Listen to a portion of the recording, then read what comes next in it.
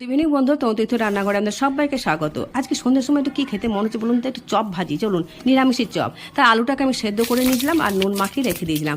এবার কড়াই সরষের তেল গরম করে গোটা জিরে ফোড়ন দিয়ে ওতে জিরে গুঁড়ো, ধনে গুঁড়ো, কাশ্মীর লঙ্কা গুঁড়ো আর আদা বাটা আর টমেটো কোড়া দিয়ে ভালো করে কষি নিয়ে তেলটা ছাড়লে আলু মাখাটা দিয়ে ভালো করে নেড়ে চেড়ে নেন, পুরো মশলাটা মাখে নেন।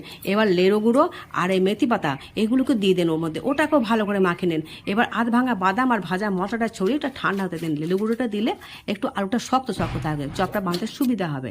এবার ব্যাটারটা তৈরি করে বেসন দিয়েছি, হলুদ দিলাম, নুন দিলাম আর বেকিং পাউডার দিয়ে অল্প অল্প জল দিয়ে ব্যাটারটা তৈরি করলাম। একটু কালো জিরে দিলাম, এটা 1 ঘন্টার জন্য আলাদা সরিয়ে রাখলাম। আর ঘন্টা রেস্ট দিলে খুব সুন্দর ফাঁপে ভালো। এবার ধনেপাতা কুচি দিয়ে ওই মশলাটার মধ্যে আলু পুরটা দিয়ে ভালো করে মাখিয়ে নিলাম।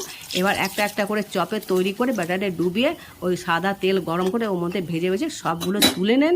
এবার সুন্দর করে পেঁয়াজ কুচি আর ধনেপাতা গার্নিশ করে দেন আর চায়ের সাথে